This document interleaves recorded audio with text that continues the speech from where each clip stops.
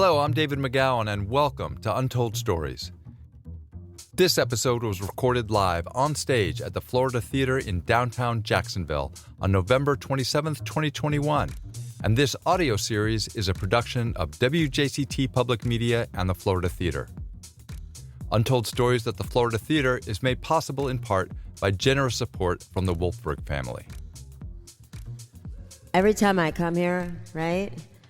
Every time I come here, I just start noticing the detail, and you just start having this feeling, I do, about the magic of this place, and it feels secret. It really is probably one of the most storied buildings in Jacksonville, right? I mean, it's holding a lot of stories, and there have been a lot of amazing people and musicians and dancers on this stage.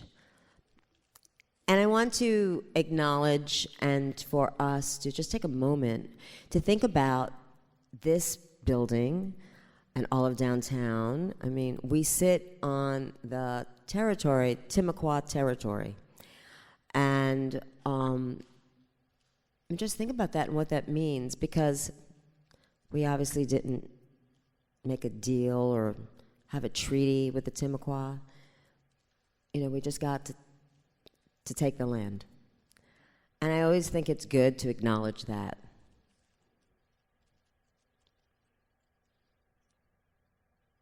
And that leads us into our next storyteller. Very wonderful person that I really got to know through the process. I really got to know a lot about her life. Her name is Angela TenBroeck, and she's the chief executive.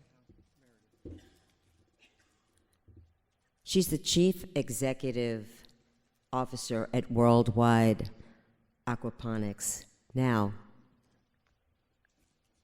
before we hear from her, we're going to hear from Meredith. So Meredith is going to do a couple of songs, her Ebbs and Flows interpretation for the evening. So let's give a hand to Meredith.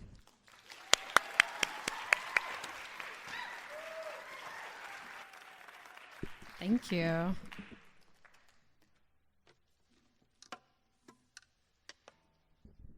So a minute ago, I was standing backstage with a sock on my hand because it's chilly. And this hand, when you're playing guitar, is like sacred, and the bones get cold, and then it gets really hard to work. So I was just thinking how ridiculous that looked with this like one sock on my hand. So Barbara had asked me to pick two songs that were my portion of storytelling. I'm in a new chapter of my life than I was before when I wrote these songs, but they're important songs. So this one is about the conflict of your own mind, and I don't think it needs any more explanation. I've died so many times in my mind. Can't seem to help myself. I'm addicted to these thoughts, and the world around me all feels like poison. So I build up my walls real tall, then I just feel frozen. Never did me any good. 'Cause I'm overthinking everything, and I'm overthinking everything.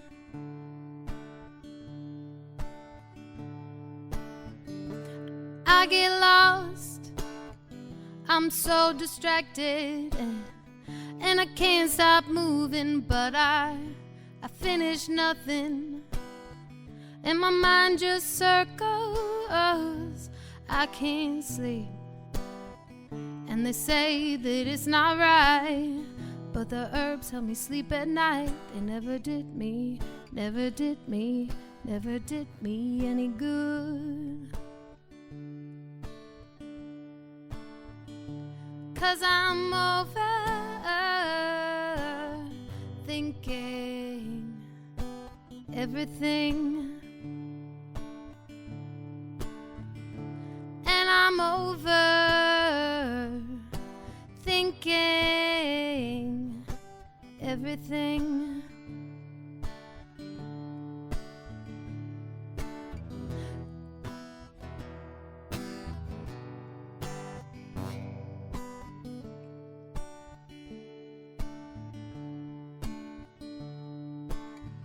I forget how to breathe, I forget how to be, so I learned to let it go. I give nothing but love to what I don't control. And I'm overthinking everything. Thank you. Thank you.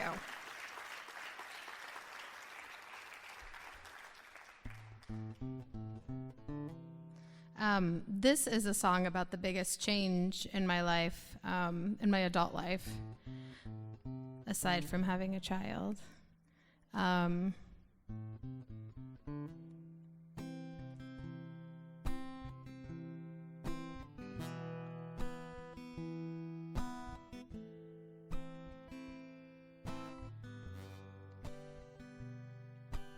Decided who I was and I let you, and I wore it all around to protect you. And I wanna say I love and respect you, but never again will I lose myself in the making. I was all yours for the taking, and I know it's all so heartbreaking. Never again. I was too electric for you. You let the darkness hold you. I did my best to warn you over and over.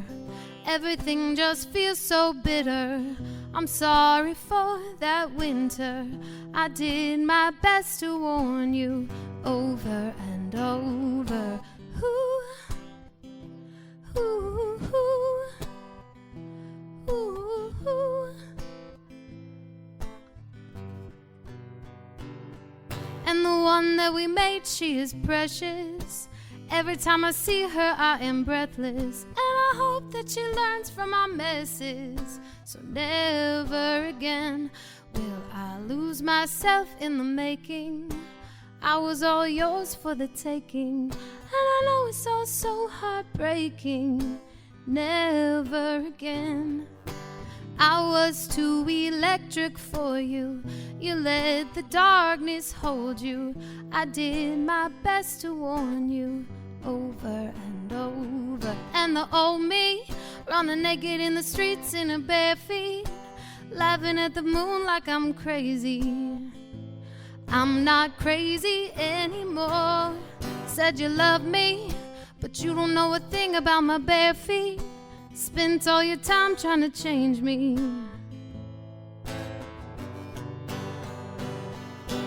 I was too electric for you. You let the darkness hold you. I did my best to warn you over and over. Everything just feels so bitter. I'm sorry for that winter. I did my best to warn you over and over. Ooh, ooh, ooh, ooh, ooh.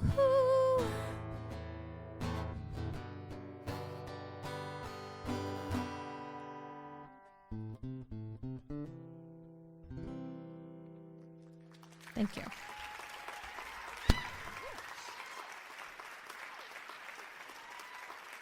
Meredith, thank you. I was overthinking. I think we can relate to that. Or not thinking. Okay. I wasn't thinking when I went right to Angela TenBroeck. But she's up next. And she is the Chief Executive Officer at Worldwide Aquaponics and co-founder of the Foodery Farms. And she's going to weave a story about her Cherokee roots and how she moves through the world as her modern-day farmer. Give us a big hand. Give her a big hand. Angela. There you are. Hello. I was born in Baptist Hospital just across the St. Johns River. The same river that Native Americans for centuries have lived next to.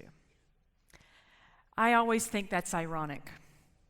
For 4 generations we've lived on this river, and now I farm on this river. See, my story starts with a story before the story. When I was growing up, my Aunt Rusty, she would call and tell me stories and weave stories that kind of like parables. And she would always leave me with something.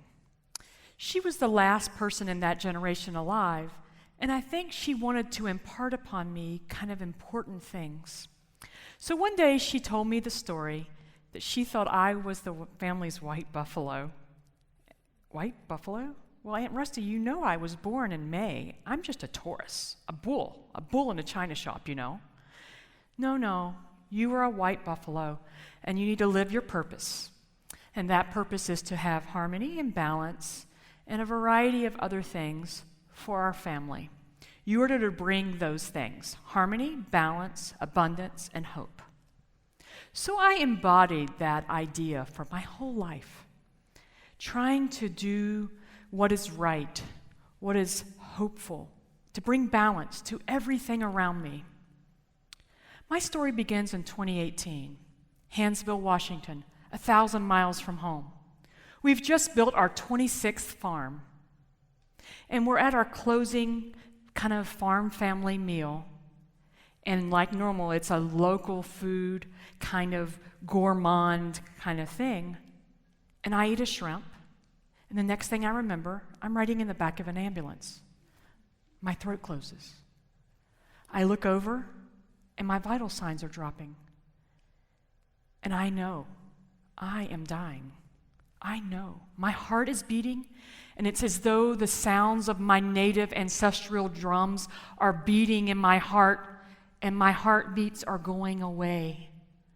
And I can see my great-grandfather who's taught me this new way of farming, and my grandmother who says, never say no, never be afraid. Yet, I'm afraid. And I beg the universe, please, give me one more chance to live out my life's path, white buffalo. The next 18 months, I am fully changed, and I am aware of the fact that nothing can ever be the same again. I evolve out of relationships. By day, I'm working in Jacksonville's food insecurity fight. I've just built the latest farm idea. GuideWell says, hey, your idea is the next solution for food insecurity. Produce vending machines in food deserts. We know that we can bring food to the masses. We've done it.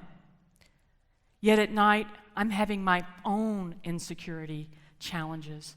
Who am I? Am I enough? Should I be the CEO of this company? Am I a leader? What's happening? Who am I? Am I lovable? Am I loving? All this time, White Buffalo has been working on the outside world, only to realize that the ancestors are speaking to me. The white buffalo needs to look at her. So this whole time I'm spending in this kind of ebb and flow of who am I? What am I? And I'm working in Jacksonville's food insecurity fight.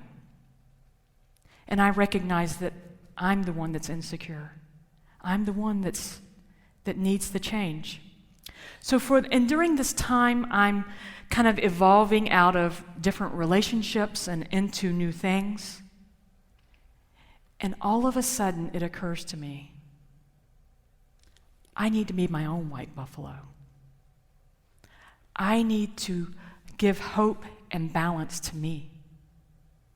Well, at the same time, we have moved upriver 20 miles to East Palatka, and we're building this newest farm, and Darnell Smith calls and says, "Hey, Angela, it's March 2020 to give you an idea about where this is at. The food bank is without produce. Do you think you can help them?" For Darnell Smith, I'll do anything. And I said, "Of course, Darnell, what do you need?" He said, "I have $10,000. I need 4 weeks worth of food." Okay. So we go about getting that produce, small and large farms, big farms, brown and black, minority farms, all sorts of farms all over. We aggregate the produce into our pack house, and we realize it's not a 4-week pivot, it's an 18-month pivot. And for 18 months, we move, in that time frame, 2 million pounds of produce directly into the hands of people who needed it most. People who didn't think they needed it. So here I was, looking at my own insecurities, recognizing that I had done all these things for the world, going through my own personal changes, and I was starting to get validation. I was starting to see that the worth that I was questioning and all the things that I had had go on, there was a reason. So as I continued my journey, what I also recognized was that I had self-worth. While I came across as confident and aware and this kind of thing, I was seeking something deeper. And it was during this time that since I had evolved into self-love, that I had the ability to accept someone else's love. And for the first time in my life, I was able to receive personal love. Love like I had never received. The way in which I walked on the ground, the air in which I was breathing, the water I worked in, everything, it was elemental to me. A love like I had never felt before. I knew that I was changed. I knew that I had these balances in my life. I knew that I had done the right thing for my career. I was a farm her. I could finally see and feel, because the white buffalo had harmony, hope, abundance, and all of the things in her life that she had given the world finally had come and sat on my shoulders. Thank you.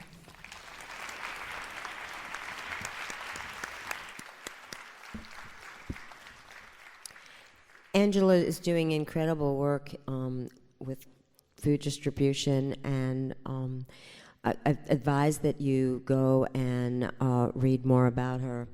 We're moving on to Willie Evans Jr. Woo!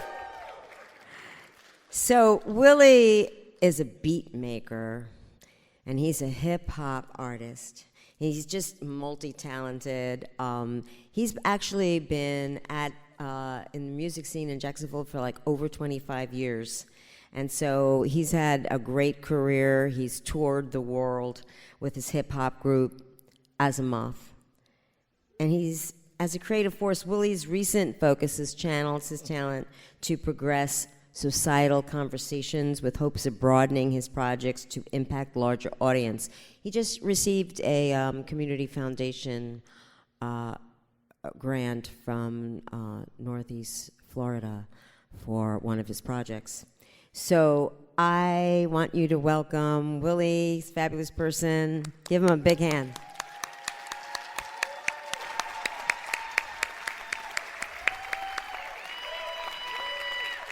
How y'all doing? Y'all good? Good, because I am super nervous. So it's 2011, and I have just released a solo album on a record label out of New York. And it is a critical success. Now, for those of you who don't know what a critical success is, the next time you get your JEA bill, call the number on the back and tell them you'll be paying with your critical success card. Well, the upside to critical success is that you get to do cool shows, and that's what landed me on a festival opening for one of the greatest hip-hop artists of all time, Pharoah Monch. Now, for those of you who don't know who Pharoah Monch is, think of the greatest rapper that you can think of lyrically or that you've seen on TV. Pharoah Monch is in their top 5. And I've been a fan of Pharoah Monch since I was a kid, so I am incredibly nervous, as always. And my label owner knows this about me and also knows that I have a tendency in situations where I should be playing it cool to kind of shit the bed. And so he shows up to the festival to make sure that I don't do that. I get to the festival, everything is great, I'm backstage. He comes up, he says, okay, I'm going to introduce you to Pharoah Monch so we can get this out of the way. And he takes me over to him, and of course he's super cool, and this is just something he does every day. And he's like, yo, Pharoah, I want to introduce you to Willie Evans Jr. And before he can say Jr., Pharoah goes, oh, I've heard your album, oh, it's so good. And the label owner looks at me and says, it kind of with his eyes, don't. And I look at him like, it's been an honor. Oh, I've been listening to you since I was a little kid, and I wish I would have brought my records. You could sign it. I've got a lot of beats, and I would love for you to just listen to it, whatever. And Pharoah kind of responds like, all right, I'm going to go over here and just hang out. But the show went great. The gig went great. I went on stage. I did what I do. It was a lot of fun. It was awesome. After the show, the label owner wants to smooth things over because he really wants this relationship to happen, and he sets up this thing for us to go have dinner together. We're standing around Pharoah's car, and the label owner is basically like, you know, why don't you ride with him to, you know, to the restaurant. And I'm like, no, stop doing that to me. I don't want to do that. I feel weird already. And he opens the door to the back seat of the car while everyone is talking, and he's like, yeah, and just pushes me into the back seat of the car. So I'm in the car, I'm in the back seat, Pharoah Monch is driving, another legendary artist is in the passenger seat, and Pharoah starts playing this project that he's working on. And it is the most amazing thing that I have ever heard. It's a concept for an album, and he has, because he's him, he's gotten instrumentals from Radiohead, and he's writing lyrics over this. And they're just talking about it like it's nothing. Like, oh, okay, you know, I'm thinking maybe I'll change this and move this around. And I'm in the back just trying to be as inconspicuous as possible, because I feel like if they see me back there, they'll pull over and just like kick me out of the car. So they're talking to each other, and then he looks in the rearview mirror. And he says, what do you think? And I want to say, oh, that's amazing. Oh, I have some instrumentals that I think will fit really well for this project. Oh, I think you should have some drops right here. But what I actually do is turn my head and look behind me to see who he is talking to. And you know how you're doing something and you're halfway through it, and now you have to commit. When I was here, I had to just keep turning and hope that there was someone hanging on the outside of the car like, no, roll the window down, he's talking to me. But there wasn't. Somehow I made it through that, and when I got back, I called my best friend Peyton, and we laughed about it like we always do, because I always do stuff like that, and he said the same thing that he always says, which is, yo, you got to stop doing that, man. And I thought to myself, I do have to stop doing that. Like why am I like that? Why do I not see myself the way that other people see me? And I've always been like that. Like when I was 6, my mom taught me to swim. Now, just a quick side note, my mom is here, and she swears that this did not happen. So I feel like this is the last time I'm going to be able to tell this story. Because if I tell it one more time, she's going to emancipate herself from me. When I was 6, someone may or may not have taught me to swim. Now, I was standing at the edge of the pool. It was a huge pool. Everything is big when you're little. So this huge pool, I'm standing at the edge, and my mom is standing next to me, and her hand is on my shoulder. And she says, okay, we're going to learn to swim today. Well, you are an excellent swimmer. We're not learning to swim today. You already know how to swim. You're great at swimming, and I suck at everything, so I don't know what you're talking. And she pushed me into the pool. And I'm in the pool, I'm flailing, I'm freaking out and trying to, I'm having like an existential crisis at 6. And she gets in the pool, at the center of the pool, and she puts her arms out, and she says, okay, swim to me. Well, I don't have any choice, so I start dog pedaling, and I'm crying, oh, I can't believe you did that. Oh, why you pushed me in the pool? And I get to her fingertips, and I feel like I could just reach him, but I can't, and I keep going, and finally I get her arms, and I wrap my arms around her neck, and I'm crying, and oh, you tried to kill me. Why did you do that? And while I'm crying, she turns me around, and she points to the other side of the pool and says, look what you did.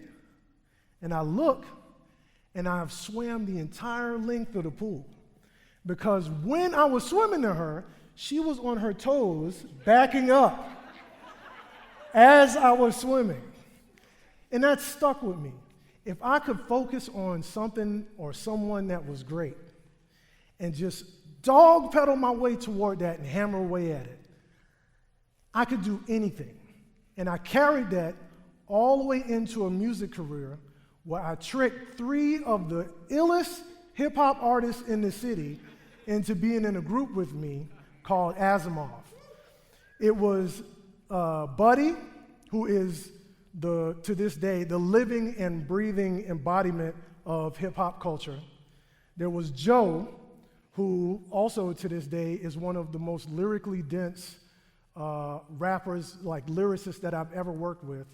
And there was the spearhead of the entire group, which was Peyton Locke. He's what we call a triple threat in hip-hop because he was a genius at DJing.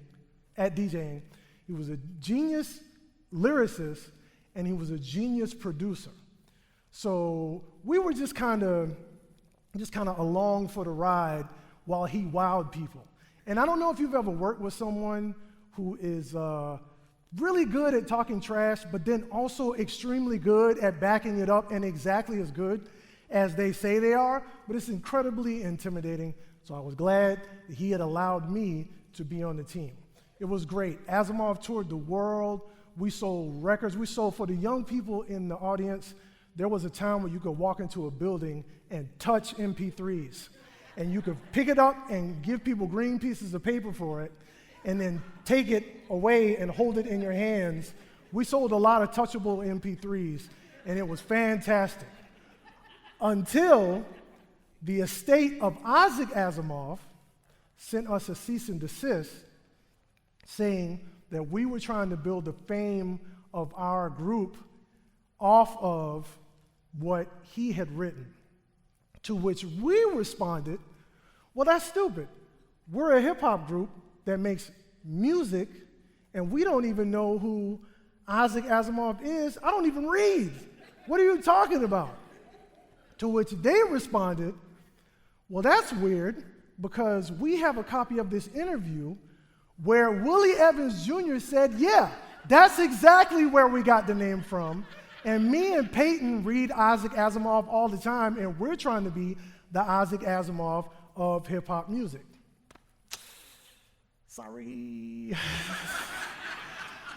So we changed the name to the ABs, and we made a little bit of music, but changing the name kind of took the wind out of our sails.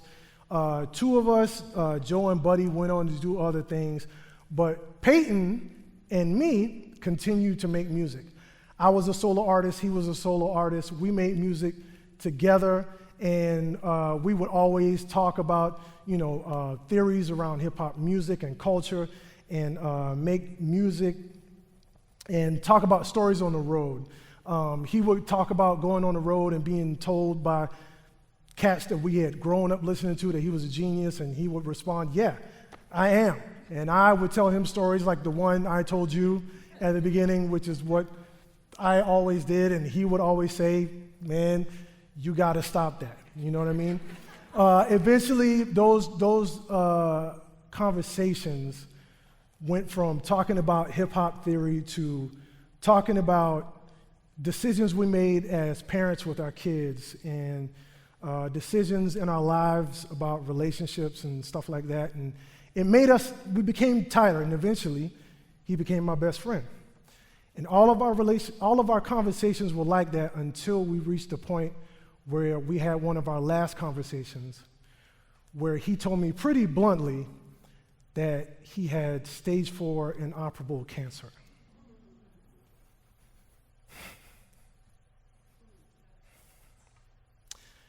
After that, most of our conversations were about taking stock in what we had done as artists. And just, a lot of apologies for things that neither one of us cared about. And him saying, that we did it. Not a lot of people get to say that when they were a kid, they said, I want to do this thing. And then they grew up and they did it. And he would be like, yo, we did it. And I would be like, really? You kind of did it, and I was just kind of in the passenger seat following along. And when I said that to him, he said one last time, Willie, you got to stop that. Eventually, he lost his battle with cancer, and we threw this huge memorial event for him at Cork Arts District. It was amazing. It felt like the whole city was there. Artists from all over the world, international artists that we had grown up listening to showed up. People that I didn't even know knew who we were, came to this event. His closest friends were there, his family was there, and it just felt so good, and I felt so full, but it also felt like I didn't want to be there. I didn't want to do anything. I felt like I couldn't move. There was no longer a light for me to dog pedal to.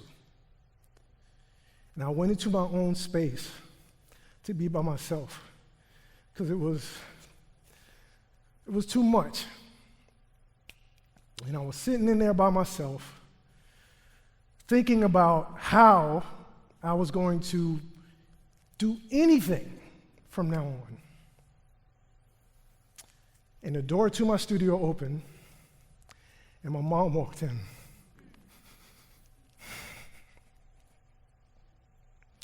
And she sat next to me, and she put her hand on my shoulder, and she said, you know what? I'm going to tell you something that I don't think I've ever told you.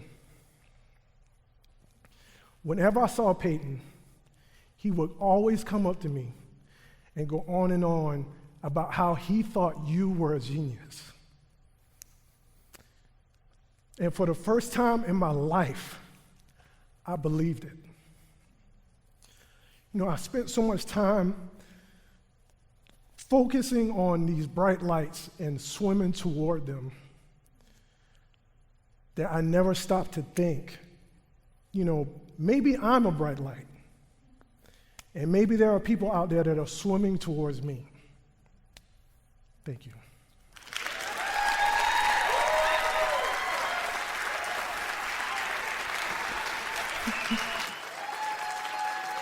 Time for our last storyteller, Anna Jacobson. Woo, right? She's a writer, she's a poet, she's an educator, an award-winning educator. She's been in the classroom for 27 years. Yeah. She's a coach for the Florida Louder Than Bomb organization and a member of Women Writing for a Change. And I really want you to give a warm welcome to Anna, like you've been doing all night, really embracing our storytellers. So here is Anna Jacobson.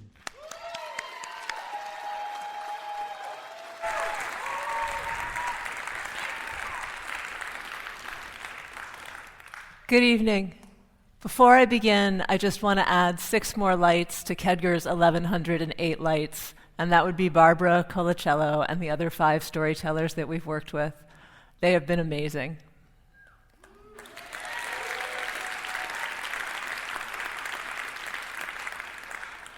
In 2017, Hurricane Irma and the resulting flood folded up the first floor of our house and ate it like a New Yorker eats a slice of pizza. In all of our flood preparation, we hadn't given a lot of thought to our outdoor koi pond because fish, water. So when our living room became our new indoor swimming pool, the fish expanded their territory from the pond to the whole backyard, and they were having a fantastic time. It was like fish Disneyland. When the time came for us to evacuate, we put 2 small children and 2 large dogs into a canoe. And when we opened the back gate to get the boat out, our fish posse went with us. Now, Hurricane Irma confirmed that my husband and I have 2 very different styles of crisis response. He stood at the bow of the boat in boots and chest-high waders and a slicker and a hat, and I stood at the stern of the boat, barefoot, in running shorts, with a baby squirrel nestled in a winter hat safety pinned to my tank top. He was essentially wearing a full-body condom because he was worried about MRSA and other waterborne diseases. And if we're going to go with that metaphor, I was having unprotected sex with the St. John's and some sewage.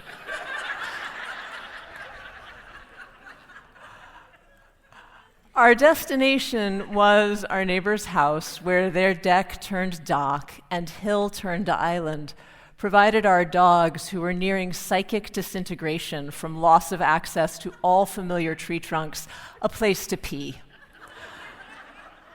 After 15 minutes at the neighbor's, I realized that my husband was nearing psychic disintegration. So, with apologies, we grabbed our paddles and headed to check out flooded San Marco, which I like to refer to as Nuevo Venice. True Venetian style, our canoe quickly became a sort of water taxi, and we shuttled still drunk women tottering in high heels carrying poodles, shell-shocked business owners, and even a stranded fish and wildlife officer to whatever for them passed for high ground. While I don't enjoy catastrophe, you could say it's my milieu. That does not make me an action hero striding through smoke, problem solving, but rather, disasters confirm my expectations. And my disaster brain looked at office furniture floating in store windows and people waiting with duffel bags on their heads and said, yes, this is what we do now. On the way back to the neighbors, we saw our fish one last time. Like a herd of aqua mustangs, they paced us down the street until we got to the intersection of Belmont and LaSalle, where we went left, and they, with a saucy flip of the fin, went right to the river. And part of me wanted to say, right when you get work, and part of me wanted to say, Viva la pescatarian revolucion! And part of me wanted to say, take me with you, because I knew how hard the next weeks were going to be. We ripped out walls, we ripped up floors, we ripped up tile, we set up fans and generators. And while we pretended that we were on Extreme Makeover Home Edition, the reality was FEMA. And so I went to the nearby church where the FEMA trailers were parked to find out what exactly constituted aid for flood victims. And I stood in line with people who couldn't read well enough to decipher the forms they'd been handed, with people who were realizing they didn't have flood insurance, with people crying into burner phones down to their last minute. So I stepped out of line, and I read some forms for some people, and I let somebody use my phone, and I walked home empty-handed and crying. But I walked in the front door smiling because that's what parents do. And at night, I told our children stories of our koi fish and how they would love the river and grow to be giant gold and silver whales. Our house was unlivable, so I called my parents very nice people who pretended that they were delighted to have us come live with them, which made 2 senior citizens, 2 Gen Xers, 2 kids, 2 snakes, now 4 dogs, but no baby squirrel because of all of us, the little bastard was thriving and he had moved on. My boss came down from the big office to offer condolences, and when I told him that we were fine, he favored me with a look of totally undeserved admiration. "Wow," he said, "you're so strong." And this did not help my feeling of alienation. "Sir," I wanted to say, "we are living rent-free. We have a reliable contractor. Nobody died, and the look on your face is making me feel like some combination of fraud and freak. Houses can be fixed, but for my growing sense of exile and wrongness, there is not enough caulk at Home Depot for that." And so my body became this kind of clenched fist, trying to respond appropriately, but also trying to hold in my truth, which was that we were fine. But I was grieving those fish. And I was grieving my fish because I was grieving the world before the flood, when the river stayed in its banks and people in precarious situations had not yet been tipped into disaster. But that's not something you can talk about in the 3 minutes between classes in the teacher's lounge, and it's not something you want to talk about. And also, we were not fine. Our children were not fine. The big one got very quiet, polite, angry, quiet. And the little one developed a series of tics and twitches, and the school made me test her for Tourette's. But back at home, we were getting in a groove with my parents and their dogs, the gargoyle and the jackal. The gargoyle was a wrecking ball of pure love, otherwise known as Pitbull. And the jackal was beautiful and loving, but also Mother Nature's killing machine, a velociraptor in a dog suit. The jackal, aka Sophie, once brought me a possum so large I thought she'd murdered an NFL mascot.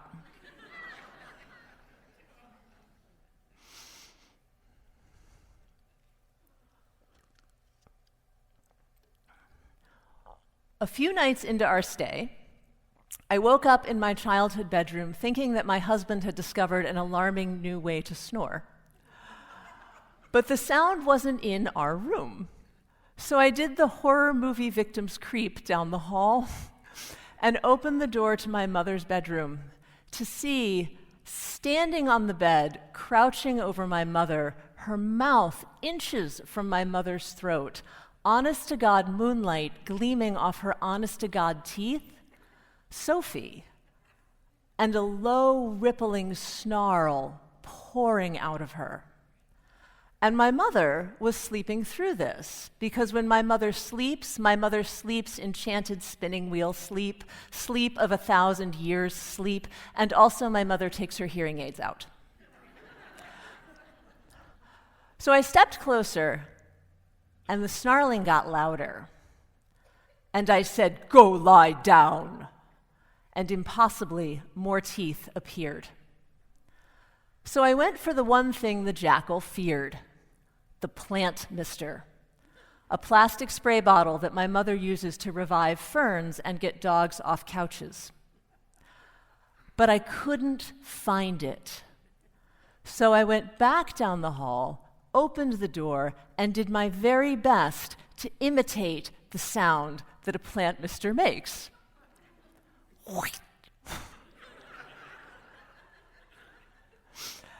Insanely, this worked. Insanely, I went back to bed. Insanely, in the morning, when I told my mother, she said, "Oh, Sophie," and patted the dog. We stealth took the dog to the vet, where the vet said things like developing condition and expect increasingly erratic behavior. And when I told my mother, she said, "Oh, Anna Kate," because nobody likes the brain tumor fairy. And nothing changed. Sophie continued to sleep with my mother, and every 2 or 3 nights I would get up and tiptoe down the hall and imitate a plant mister. Because this is what we do now. And for 7 months, this is what we did. We worked at our jobs. We worked on fixing our house. We worked on fixing our children. We sat up nights with the dying dog. We watched my parents struggle with growing older and with each other. This is what we do now. A little while after we moved back home, my mother put Sophie down. She was a good dog. And our house, even if it had let the flood in, is our good home. It is an old and funky house. It has old and funky windows. And in the storm, the largest and funkiest of the windows got cracked. But we had just the thing to fix it. On eBay, even before we even had this house, my husband had purchased a stained glass window from a decommissioned church in his home state in Delaware. After it was installed, our 8-year-old took one look at it and said, "What? We do God now?" and stomped off to her room. It is 150 years old. It is a stupid, stupid thing to put in a house that sits in the path of flood and hurricane. It is also very beautiful. It has a pelican on it, and the text on it is from Psalms, and it reads, "I am the pelican in the wilderness. I am the desert owl in the ruins." It is the voice of purest exile, the cry of purest loneliness. And I can relate. And sometimes, I'm sure, so can you. I still think about the people we gave rides to in our canoe. I think about the people crying in line at the FEMA trailers. Even though we have new ones, I miss our fish. I miss Sophie. For the last 2 years, people have talked about a new normal, as though there ever was a normal. But life's a tidal cycle of crisis and crisis response. And every new change brings with it attendant humiliations and resignations to losses we will never regain. We stand at the bow and the stern of a small boat filled with our rarest treasures and our best selves, trying to hold it steady. We move through murky water, hoping for firm strides, heading for safe harbor. We balance the peril with a reckless commitment to beauty. And we balance our loneliness by holding tight to what and who we love. This is what we do now. This is what we do always.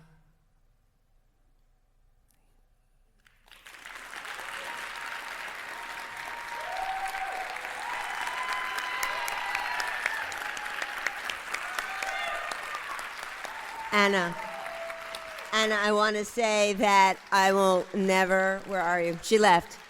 But every time I think I use my plant mister, I'm going to think of Anna. It's incredible. Before we have Meredith Mason close out the evening, I was reading some Joseph Campbell a couple of weeks ago, and I wrote down one of the things that he talks about. And he says the job of the storyteller is to impart some wisdom about the human experience, what it means to be alive. And I hope that tonight that there's been some wisdom that flowed into your hearts and spoke to you, and that you were touched by the words and the images these stories were given to you tonight. So thank you for being here and listening. So here's Meredith singing Wild Heart.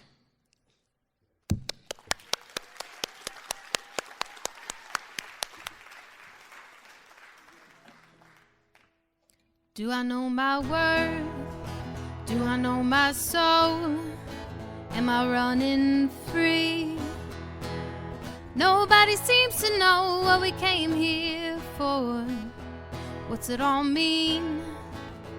We all stuck,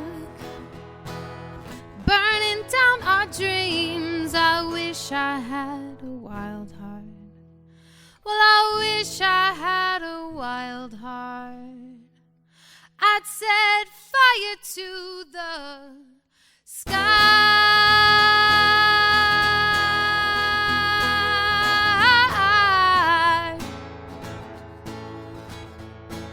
Sky.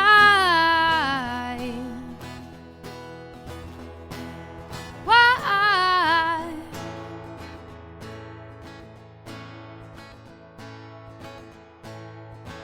And I got no plans on where to be, just drawing squares.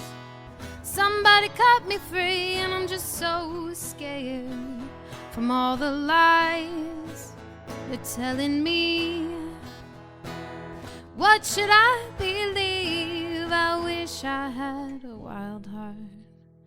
Well, I wish I had a wild heart. I'd set fire to the sky.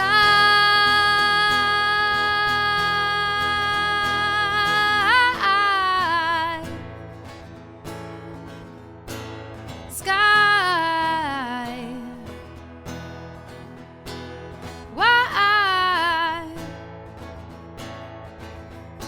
Well, it all comes down to this. Light may bend and twist, but it's still light. It's still light. Set fire to the sky. Set fire to the sky. Set fire to the sky. Set fire to the sky. I'll set fire to the sky.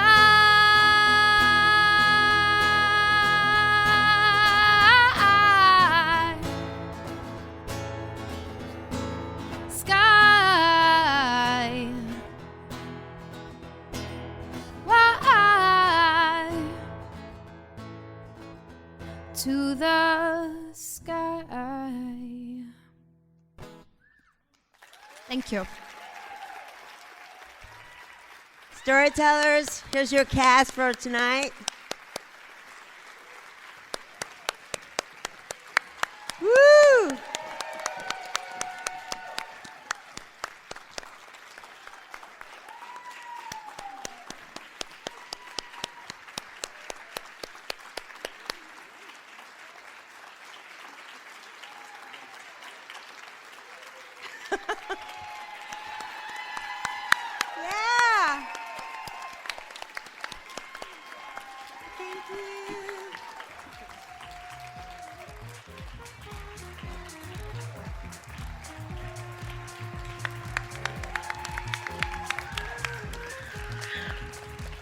So listen, the storyteller is going to go out in the lobby if you want to just say something or hang out with them. So we'll see you in a minute.